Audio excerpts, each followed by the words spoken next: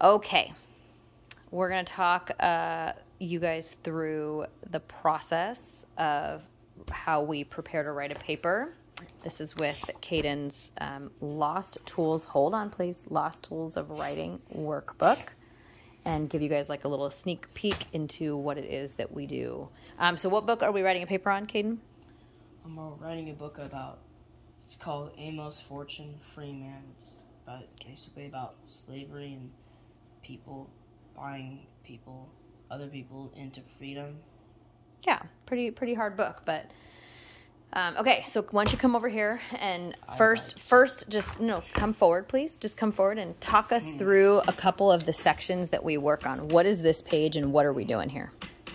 So this is basically called the comparison and differences. So it's basically talking about like the main character and basically two other characters that were more main, but not as main as Okay, Amos. and what are you doing on this page? I'm basically comparing them and telling people their differences. So, for example, they're both black, and they are both tall. They both wear clothing and stuff like that. Then there's the differences, like the differences between like both Lily and Violet, which are girls. So, like Lily in the book, Lily cleans better. Violet does not clean as good as her. And the reason is because Lily is a maid, but she just cooks, but Violet just cooks. Okay. So we're just learning some similarities and differences to help you with your paper, right? Okay. All right. Caden, stop playing with the dog, please. Okay. Let's go on to your next section here. Tell me what is this amplification section about? What are we doing here? So what I do, I need to explain like this. No, that comes next. That comes next. Oh. Yeah, okay. Right. What is this section up here? You start with your thesis statement. Honey, you're being too distracted. Can you focus, please? Really okay.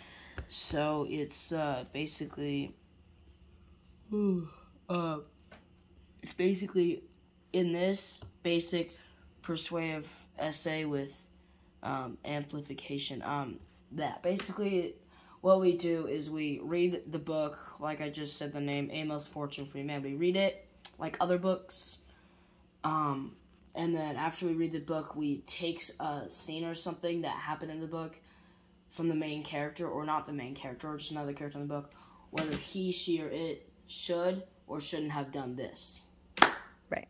And we spank it together. So that's why it's called persuasive, right? Because you're arguing in the paper either for or against that situation, right? So we'll go into A&I in just a second, but explain what we're doing with audience and then the things that they care about. You can identify what your audience is going to be, and mine is going to be my classmates, because I'm going to read it in front of my classmates. Okay. And basically, it's saying like there's questions above, and one of them is like family or family members. And it could be like, family is more important than money, as in like these are like not like catchphrases, like something that. Honey. Select things that your audience cares about, right? Yeah. So things that your audience care about. Because this helps influence what you're going to write in your paper. Yeah. Okay.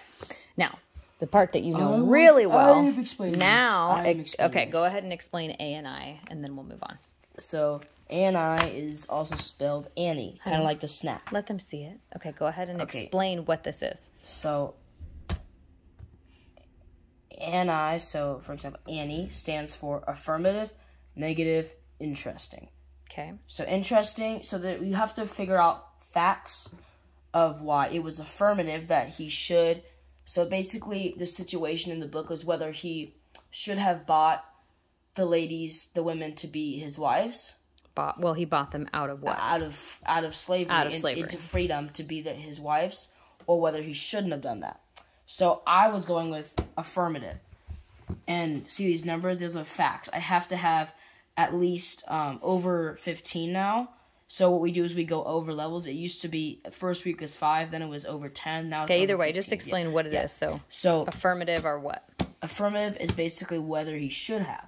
And he should. Like, it was not a waste of money because it was important. Yeah, we don't have to go through all of them, but like yeah. family matters. I'm like, Okay. he got him into freedom. Okay. And then what are some negative reasons why you could argue that he the first shouldn't one's have? kind of dumb. Negative was probably because it was creepy because like Hey, that's fair.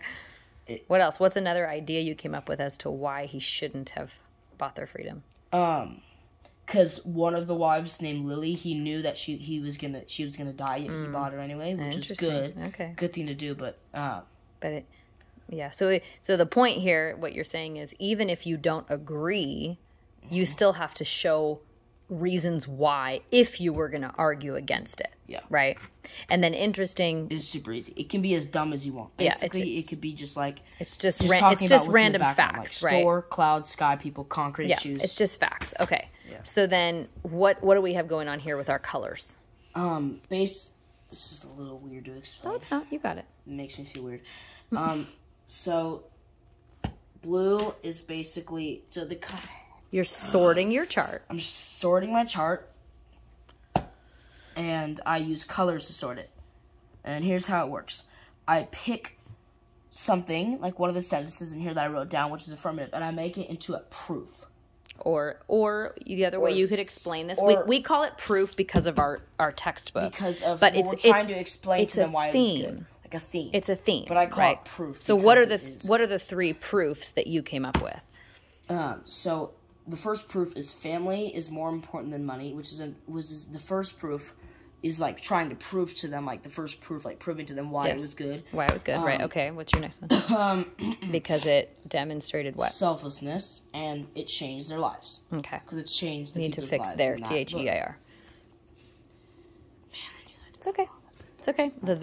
Stop it. The theirs get everybody. Even adults struggle with that. Okay, so once you have your A and I done, then you come over here, and what are you doing with this section? But I haven't finished explaining this. No, we have. No, because about the subproofs, Mom. Why don't you explain that with this so you can kind of tie it in? So what do you have here? After I do that, I take the colors from these and I look, and this one's blue, right?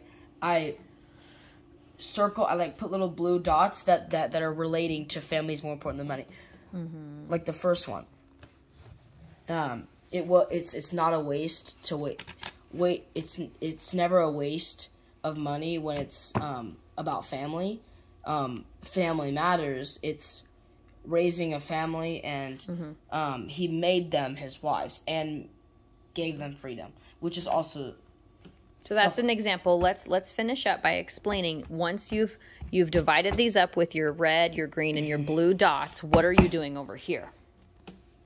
I'm organizing them. So Very I take this one, the family's more. Let's just start with this one. This one's the easiest. Selflessness. I take. Well, here's the point. Your first proof is what you wrote over there, and then what are these three little guys here? The little the sentences that are subproofs, like subproofs, right? Subproofs that go under the main ones. So we see first proof, and then we see subproofs. Yep. So this is the umbrella, and then these are the three things that are underneath. And it's umbrella. basically one of them is family matters, raised family of his own. He made them his wives. Right. So how when you do this, and then the only part we haven't done yet is his intro and his conclusion. Conclusion. I'm It's doing the it backwards. same thing. But how does this become a paper? Tell me what you do. I take all these sentences, I dress it up a little bit by putting ly adverbs, adjectives, strong verbs, and stuff like that. And I basically snudge it together. So it's going to be like 5 paragraphs. 2 of them are the first one's the intro, and the next 3 paragraphs are basically these. Proof 1, 2, and 3, right? Proof 1, and then 3 proofs under that to finish that first paragraph. Okay. The second one is that the second umbrella, and then the 3 proofs under it. Then I do it again. I basically just copy, but I make these into sentences. That's perfect. And then I do the same thing, but the introduction and conclusion makes it so much easier. Like after I do all those, let's rewind back and go before, and I do introduction where I just name why he shouldn't have done this for 3 reasons, and I just put the 3 umbrellas on top of each other. Right. Then I do the same thing with the conclusion, except I make it a little different. That's rocking, kid. Good job. It's a long process. You do good, buddy.